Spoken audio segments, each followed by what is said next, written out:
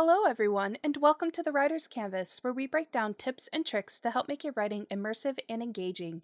Today, we're diving into one of the oldest debates in writing, the said is dead argument. Some writers swear by the idea that said should be your default dialogue tag.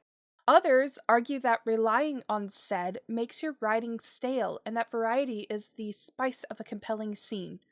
So, who's right? Which approach makes dialogue pop rather than fizzle? And is there a way to blend both techniques into something even stronger? Let's break it down.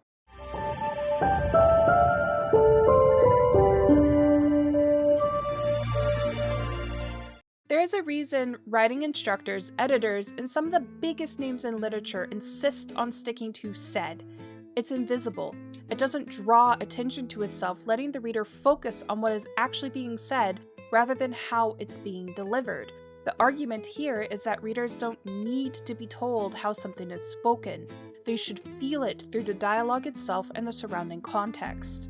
Think of it like stage lighting. You don't notice good lighting unless it's bad, too bright, too harsh, or too dim. When said is doing its job right, the reader barely registers it, allowing the dialogue to carry the weight of the emotion and meaning.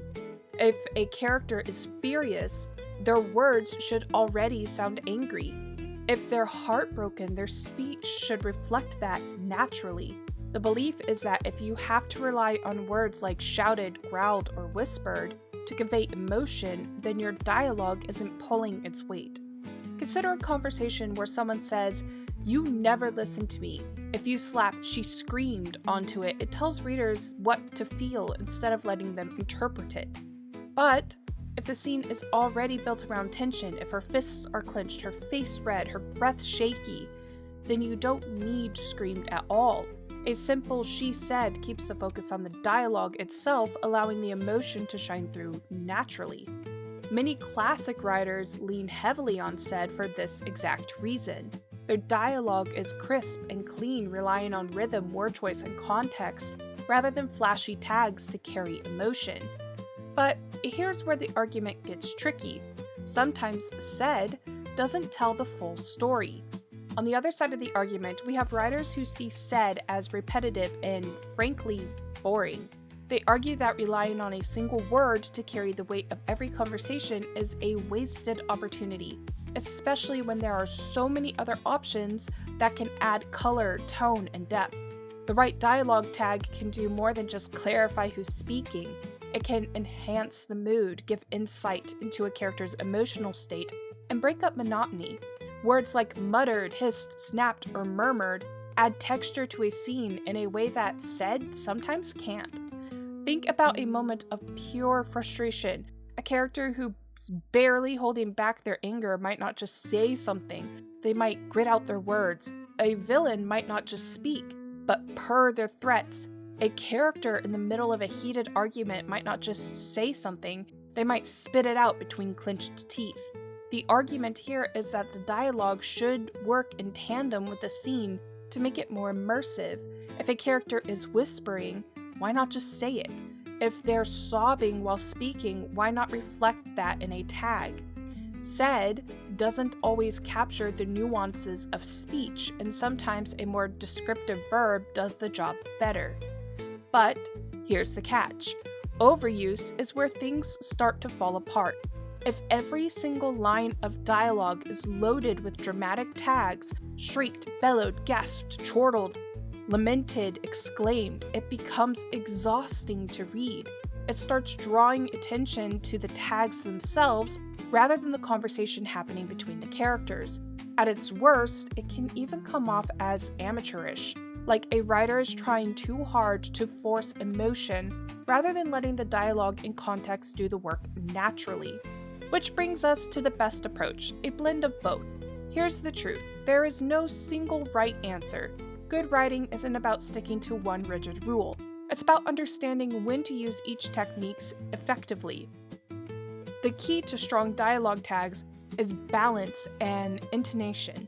Instead of using said mindlessly or swapping it out for every synonym under the sun, the best approach is to choose your moments carefully. Think of dialogue like a movie scene. Most of the time, the audience is focused on the actual words being spoken, the tension between the characters, and the visual cues that enhance the moment. If a director had characters constantly making grand gestures every line, the scene would feel overacted. But when movement is used at the right moment, it becomes impactful. Dialogue tags work the same way. 90% of the time, said is your best friend because it stays out of the way. But when you need that extra punch, when a character's tone is absolutely crucial to the moment, that's when you reach for stronger alternatives. Instead of choosing between said or its more colorful cousins, think of how to mix both for maximum effect. Let's take a scene and see it in 3 different styles. Number 1, all said. "I can't believe you did this," she said. "You weren't supposed to find out," he said. "Find out?" she said. "You think I wouldn't notice?" 2, overloaded tags. "I can't believe you did this," she screeched. "You weren't supposed to find out," he muttered nervously. "Find out?" she growled. "You think I wouldn't notice?" Balanced. "I can't believe you did this," she said, voice tight. He exhaled, rubbing the back of his neck. "You weren't supposed to find out." Her jaw clenched. "Find out?" She let out a sharp, humorless laugh. "You think I wouldn't notice?" In the final version, most of the dialogue is carried by the words themselves, but the moments where body language and vocal cues matter, they were used intentionally. The result is a much stronger, more immersive exchange. At the end of the day, the goal isn't about whether said is dead or not. The goal is to write dialogue that feels natural, immersive, and emotionally resonant. Sometimes said is the best tool for the job, sometimes it isn't. The best writers don't choose a side, they choose what serves the scene.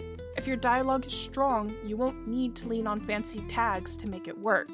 If your scene calls for something sharper, don't be afraid to break the rules, but always make sure it's intentional. The moment a tag starts drawing more attention than the dialogue itself, it's probably the wrong choice. That's a wrap on this episode of The Writer's Canvas.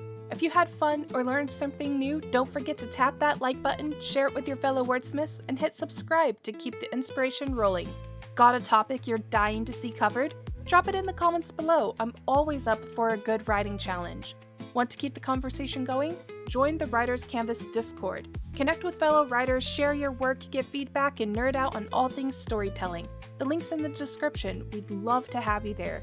Until next time, choose your words wisely, make every line count, and let your dialogue do the talking. Happy writing!